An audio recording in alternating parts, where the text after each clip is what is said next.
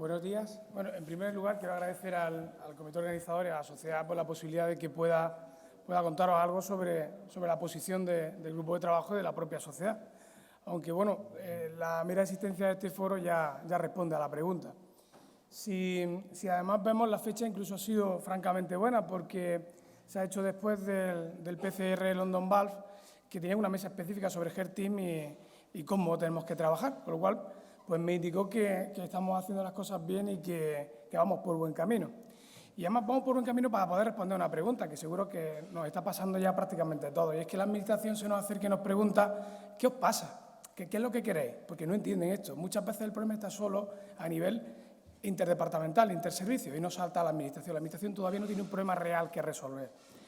Para poder tener un posicionamiento, pues es cierto que primero tenemos que profundizar un poco en el problema. Es cierto que la estenosis aórtica, como todos sabemos, tiene una incidencia muy alta, la cirugía tiene muy buenos resultados, pero la TAVI es un elemento disruptor que además ha llegado en un contexto en el que hay muy poca cultura de trabajo en equipo y tampoco tiene mucho en cuenta las características singulares de cada paciente. Si además vemos que cuando hablamos de sintomático o no asintomático, la mayoría, el 70% de los pacientes con estenosis aórtica severa están sintomáticos y, por tanto, serían candidatos a hacer algo. En la era pre-TAVI, cerca del 40% de estos pacientes no recibieron sustitución valvular. Y después, actualmente, de ese colectivo, el 38% no reciben ni siquiera TAVI. ¿Qué significa? Pues que al final, en general, en los servicios de cirugía tratamos pacientes de lo denominado bajo riesgo. Es verdad que menos de 10 de Euroscore bajo riesgo, pues había que realmente recalificar un poco la nomenclatura. Si nos vamos a nuestro posicionamiento, lo tenemos claro, ha sido muy optimista y lo que pretendíamos era trabajar juntos por el paciente. Únicamente eso. Hemos asistido a cómo han ido variándose las guías con menos de un año de los estudios. Lo que ha comentado el doctor Cuenca, con el Surtavi se modificaron las guías en menos de 6 meses realmente, que son las del 2017. Con lo cual, ante esta situación tenemos que tener una perspectiva de qué es lo que va a ocurrir más allá del Surtavi, con el Partner 3 y con el homólogo de CoreValve.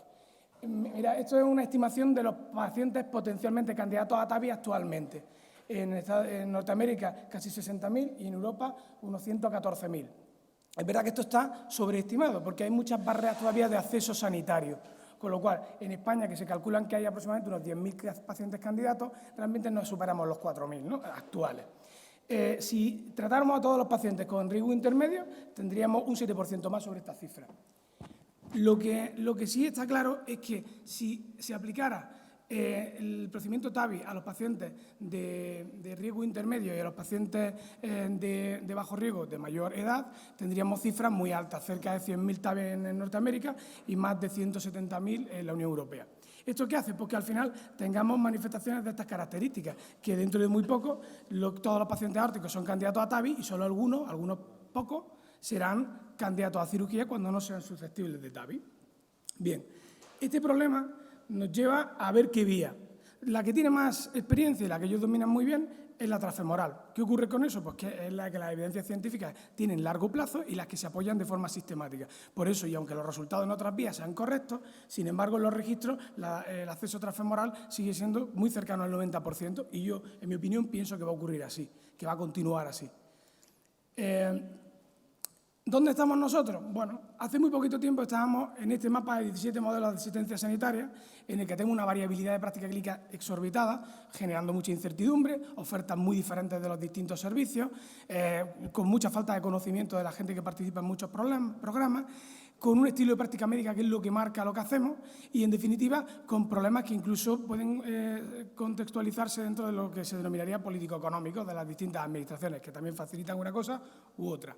Es verdad que debemos tener iniciativas que unifiquen, que modulen, y realmente esto es un elemento absolutamente central, continuar con este tipo de dinámicas que hagan que todos tengamos un pensamiento parecido con un elemento de formación similar. ¿Por qué? Porque la variabilidad se puede tolerar exclusivamente en contextos de alta incertidumbre, pero no en situaciones donde la evidencia es muy alta. Ahí tiene que ser reducida o eliminada. ¿Por qué? Porque eso produce una deficiente asistencia sanitaria y, sobre todo, mantiene el status quo de los intereses de grupo. Mira, este es un libro curioso, La nueva Edad Media. Es un libro reciente y no te habla de la Edad Media pasada, sino de la actual. El comportamiento feudal de los grupos o de las personas utilizando debates pseudocientíficos o pseudodemocráticos para imponer su voluntad. Estamos en un mundo feudal y España es un ejemplo impresionante. llevado a Andalucía del cortijismo andaluz, ¿no? Bueno, realmente algunas ideas, porque antes de tomar un posicionamiento tenemos que ver si realmente se nos apoya. Pues realmente nuestro contexto legal huye absolutamente de la exclusividad y de los monopolios competenciales y nos obliga, desde la Ley de Ordenación de Profesiones Sanitarias, a tener colaboración entre los grupos y colaboración entre los distintos profesionales. Es un imperativo legal absoluto.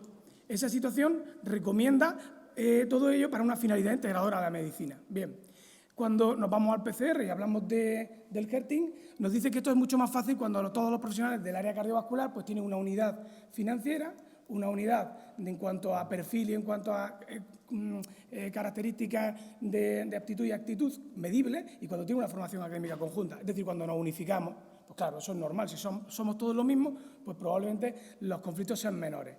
En definitiva, el HERTING que se espera es el de especialistas o médicos superespecializados, pero no habla de cirujanos ni habla de hemodinamistas. Evidentemente, ahora el futuro no solo va a estar en poner una TAVI puntual, sino hay que seguir al paciente. Tenemos que hacer, sobre todo, cuando a estos pacientes queremos tratarlos ahora en una situación asintomática. Y, desde luego, necesitamos una unificación académica y financiera, como se dice. Al final, se hace mucho hincapié en que la TAVI hasta ahora ha sido un procedimiento para pacientes puntuales en situaciones concretas, pero que ahora hay que atender a todos. Hay que atender, además, a la enfermedad común continua. Si vamos a tratar a un paciente durante 20 años, ¿qué va a pasar si lo tratamos con 60 años? ¿De acuerdo? Y habla de especialistas, muchos especialistas, centros especializados y physicians especializados, nada de cirujanos ni hemodinamistas. Bueno, ¿por qué es así? Porque la formación de especialidad que teníamos antes, muy compartimentalizada, eso ha desaparecido. Ahora tenemos muchos elementos de conexión con muchas especialidades y cada vez más, a medida que la tecnología hace que especialidades puedan acceder al tratamiento de pacientes. Por lo tanto, la formación en muchos aspectos tiene que ser común, porque las barreras al conocimiento nunca funcionan. Si nos centramos en el equipo, pues sí, entre cirugía cardiovascular y cardiología pues hay muchas diferencias. Diferencias competenciales, diferencias económicas, diferencias organizativas, técnicas, eso es evidente. Pero esto es un elemento para tratar pacientes y además generador de negocio. Entonces, las guías clínicas muchas veces y los documentos de consenso tratan de eliminar el conflicto, que siempre es peor para el paciente y también para la industria. Por eso, de entre todos los documentos de consenso y de trabajo conjunto, bueno, he sacado este porque es el americano, aparentemente el más representativo, uno de los más representativos de la ciencia actual, y en él está muy clara la cosa. Nos dice claramente que el éxito de un programa transcatéter es que cirujanos y cardiólogos actúen en partnership, como socios, como iguales y con tratamientos similares. ¿Por qué? Porque ninguno de los dos tiene las habilidades suficientes para tener los mejores resultados y dar la mejor atención a los pacientes. Esto, si profundizamos un poco en el documento, vemos que al final tiene dos elementos claves. Primero, denomina a los implantadores TAVI de forma genérica, es decir, independientemente de que vengan del intervencionismo o de la cirugía cardíaca. Y, en segundo lugar, te vuelve a repetir que es necesario el equipo para combinar ambas habilidades y generar un trabajo complementario y sinérgico. Bueno, lo que es evidente que este parrafito es tremendamente importante porque hace hincapié a la formación, tanto que ahora se está discutiendo. No hay ningún cardiólogo en España en la primera fase de la TAVI que se haya podido formar de una forma arreglada porque no existía, es una tecnología disruptiva. Por eso establece dos elementos de formación. Uno, se integra el qué, es decir, este tipo de formación en tu residencia o en tu fellow, y el segundo, el cómo, si la tecnología todavía no está presente o es incipiente o es futura, es decir, con el sistema de protocolizaje reglado de grupos con experiencia, que es lo que todos en España, cardiólogos y cirujanos, hemos hecho. Con lo cual, la formación no es un elemento que puedan de ninguna manera soslayar. Está escrito cómo se debe hacer, nosotros lo hemos seguido. Bueno, es evidente que si encima vinculamos el elemento económico, lo que ganamos, a que trabajemos juntos, pues realmente es un imperativo que no se lo salta a nadie, porque si no, no cobra. Todo esto se ha plasmado, y se ha plasmado, como sabéis, en los documentos de Medicaid y de Medicaid. Es absolutamente, pero primero trata a los dos profesionales como iguales a la hora de trabajar y de formarse y de establecer el retraining conjunto, eso es evidente, ahora es un imperativo, pero que además se centra mucho en los elementos relacionados con las complicaciones. Esta diapositiva es bastante interesante, me la dejó el doctor Cánova y habla del aeropuerto de Leipzig y los accidentes, las incidencias que hay. Un incidente mayor, uno cada 2 años. Y para evitar eso tienes 2 estaciones de bomberos con 27 personas directamente dirigidas a ello. Es Es decir, no vale que porque sea escasa la complicación, que habría que ver ese porcentaje, admitamos una no acción de salvamento. Y para ello se redirige claramente al equipo multidisciplinar bien entrenado. ¿Por qué? Porque las complicaciones graves que conducen a la muerte en la TAVI no son como en cirugía habitualmente, son score independientes. Lo mismo, la abuelita de 90 años sale estupendamente y el varón de 68 sin ningún problema, riesgo muy bajo, se le rompe el anillo. Y como no es predecible, tienes que tener los sistemas de rescate o de contingencia bien establecidos. Bueno, cuando tenemos dos grandes especialidades, como muchas en medicina, no solo cardiología y cirugía, cuando va progresando el conocimiento, se comportan como diagramas de Venn con una zona de intersección. Cuando se produce esto, tenemos dos maneras de solucionarlo. O una de las dos tiene poder suficiente para hacer una exclusión competencial de la otra, cosa que, como vimos, la ley no te permite, o se establecen dinámicas de trabajo conjunto, que es lo que se promueve. Bueno, en Estados Unidos era muy bonito, vamos a ver si eso se cumple. Esto es del 2016. Es decir, antes del documento de consenso del 18. Como vemos, los TAVI Program en Estados Unidos, pues algunos llevan cardiología, otros los llevan a cirugía y la mayoría los llevan conjuntos. ¿Pero conjuntos cómo? ¿Participan igual o no? ¿Solo están de rescate? ¿Qué es lo que hace el cirujano? Bueno, pues se vio que en todas las fases de la TAVI, desde el acceso vascular, al cruce de la válvula aórtica, a la valvuloplastia, al delivery, al cierre percutáneo, participan en todos los procedimientos, en todo. En todo, no solo en una fase o en un approach, no, en todo. Es más, esto, a partir de 2018, ya no es que el Heart Team sea algo deseable, sino que es un absoluto requerimiento en la cobertura del Medicaid. ¿Pero cómo? Trabajando de forma totalmente consensuada y junto, intraprocedimiento. O sea, te dice el qué y el cómo. Bueno, pues ante eso no vamos mal. Todos los documentos editoriales que han salido posteriormente, documentos de opinión de muchos cardiólogos y muchos cirujanos, han ido en ese nivel. ¿Qué es lo que destacan todos ellos? Destacan la consagración del equipo en las guías clínicas y la plasmación de ello en trabajo en equipo intraprocedimiento. Todos los editoriales, desde el 2017, 2019, todos. Bien. Este documento ha generado mucha polémica y lo traigo aquí por eso. Este es el documento, es la primera resolución en España que hay que marca el trabajo en equipo entre cirujanos y cardiólogos. Y se hizo, como sabéis, en Andalucía para tratar la TAVI en centros donde no hay cirugía cardíaca. Eso, en parte, va en contra de muchos de los que aquí podéis estar pensando o se puede pensar. Pero, en definitiva, ¿qué es lo que hace? Consagra la existencia de un Heart Team de acción, perdón, de decisión y de actuación, la primera vez que una resolución de la Administración Pública dice eso, no solo un Heart Team de decisión o de rescate, de decisión y de actuación, y que el cirujano y cardiólogo tienen que colaborar juntos para hacer un Heart Team real. Bueno, a lo mejor no hubiera gustado otra redacción, pero yo creo que esta no es nada mala para ser la primera. Es más, un punto tremendamente importante y que pasa desapercibido es el punto 9, en el que se dice que en el resto de los centros donde ya se esté realizando esta técnica también deben estar constituidos los Heart Team de decisión y de actuación, con las mismas características presentadas anteriormente. Eso es importantísimo, porque en realidad obligaría a todos los centros en los que trabajamos, por lo menos en Andalucía.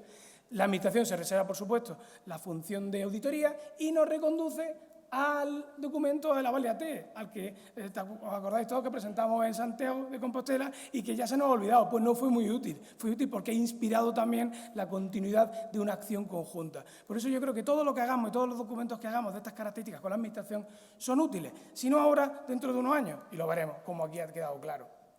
Bueno, en definitiva, lo que tenemos que hacer es un equipo multidisciplinar, romper esas barreras interdepartamentales y crear profesionales centrados en el paciente. Hasta ahí, perfecto. ¿Qué es lo que deberíamos tender a hacer y la Administración debería tener competencia en ello? Si lo convertimos en un problema para ellos, por supuesto.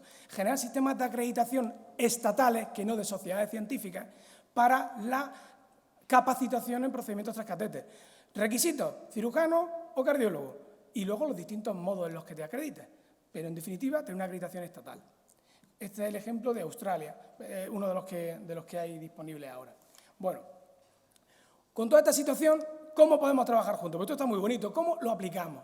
Bueno, hay muchas formas de aplicarlo. En algunos centros, con algunos modelos, será más sencillo, en otros más complejos. Pero hay planteamientos que son indiscutiblemente coherentes y que son los que, tras plantear el conflicto real a la Administración, hay que hacer. Este es un modelo, por ejemplo, en 4 pasos. El primer step es un elemento de configuración de un plan de actuación ante emergencia. O sea, ¿qué vamos a hacer cuando pasa algo en hemodinámica? Que no corra todo el mundo como pollo sin cabeza. Un plan estructurado y presentado a la Administración. El segundo paso, bueno, de las 100 TAVI, 80 TAVI, 120 TAVI, las 7 u 8 muy complejas las hacemos conjuntos. Aquellas que tienen osteocoronarios muy bajos, dobles valvulares, un bulkidicación excesivo, un septo interventricular excesivamente amplio. ¿Cuánto pueden suponer? ¿10 pacientes? Pues esos 10 pacientes empiezan a crear cultura de trabajo juntos. Después, por supuesto, los pacientes jóvenes de riesgo intermedio o cuando se modifiquen las guías de práctica clínica para los pacientes de bajo riesgo, que será yo creo que el año que viene, estoy convencido. Estos pacientes de bajo riesgo no pueden saltar sin red y hay que transmitirlo. ¿Cuántos pueden ser? 15 pacientes, 20 pacientes. Empezamos de poco a poco y finalmente, desde luego, nuestra pretensión trabajar como partners en todos los procedimientos TAVI. En definitiva, al final, este es un posicionamiento que podemos asumir nosotros, también sin ningún problema. Queremos tener una responsabilidad con la sociedad para mejorar la calidad de vida y reducir el proceso de enfermedad a largo plazo. Tenemos que comportarnos éticamente en todos los contextos y tener un balance riesgo-beneficio siempre.